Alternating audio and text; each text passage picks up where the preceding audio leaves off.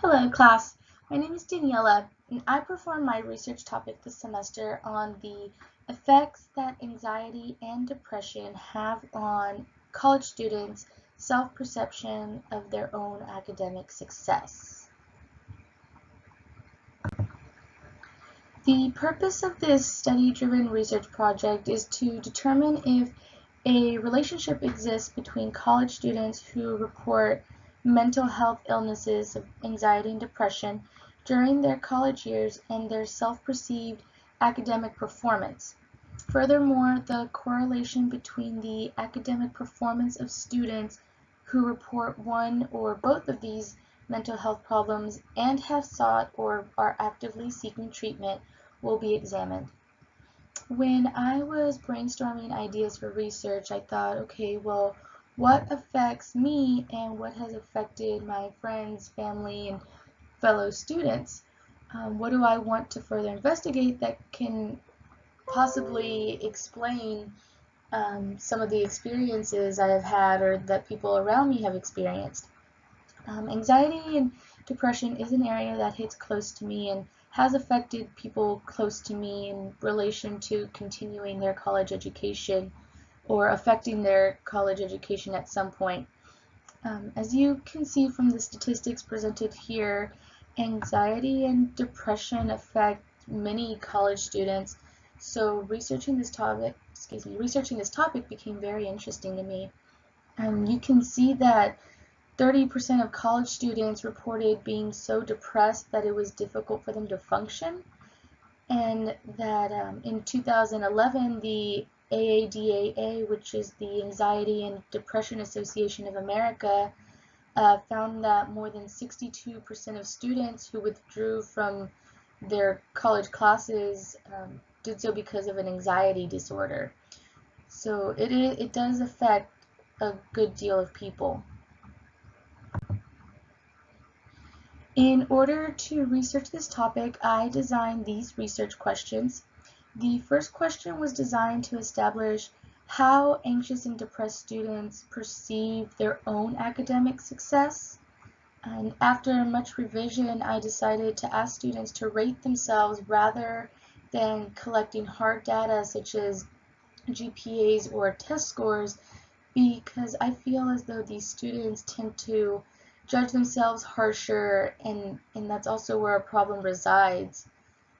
The second question presented here aims to uncover a student's perceptions on mental health treatment and if the presence of treatment has increased self-perception on academic success.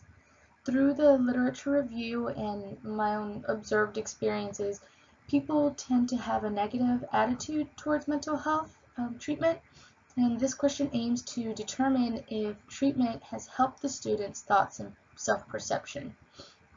The third question is meant to establish a difference between the group of students who report anxiety and depression, because just because these students suffer from similar mental health issues, that does not mean that all these students are the same.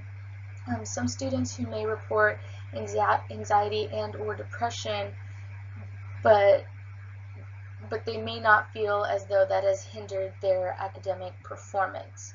So this third question is meant to examine that part.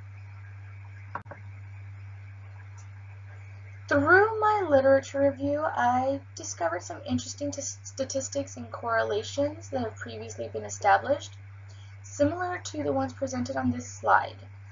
The number of students who report anxiety and depression has gone up in recent years, and these mental health problems are known to cause an increased chance of the student dropping out of school, having a lower GPA, and committing suicide.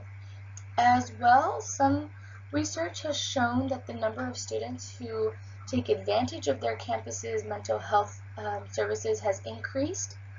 Interestingly, the article that presented this last correlation proceeded to explain that although more students are seeking treatment for their mental health problems than in previous years, this is still only a fraction of students who are silently suffering and not seeking treatment. So there is a gap in between why um, why some students will seek treatment and some don't.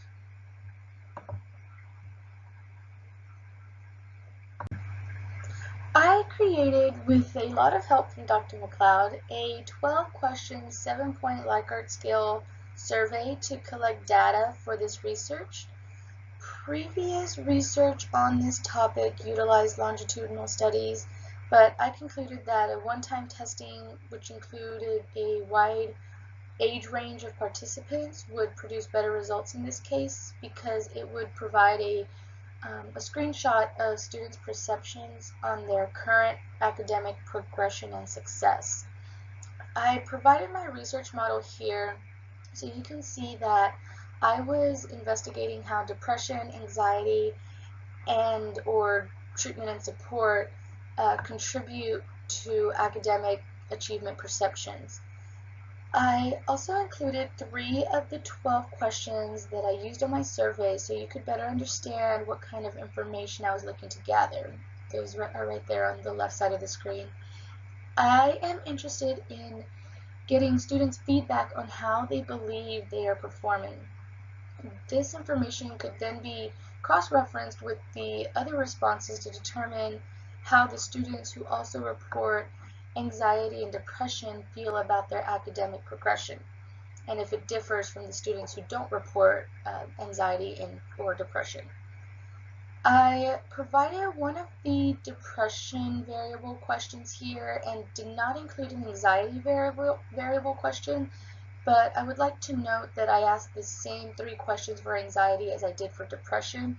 So question DP1 and AX1 are the same question, but anxiety takes the place of depression in those sets of questions.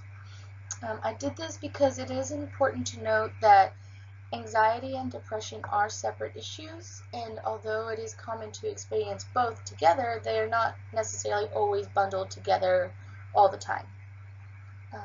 The last example question I presented here is a self-perception question, which asks if the student who receives treatment for anxiety and or depression believes it has been helpful to their academic success. So like many of you, I did not actually perform my research.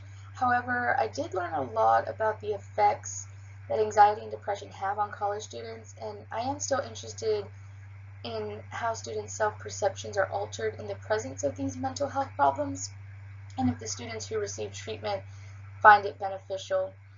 I'm not pursuing a thesis in this program, but perhaps future endeavors will include research, and maybe I can use this setup for further research. Finally, find these answers. So thank you for taking the time to view. I look forward to your questions, comments, concerns, and thank you.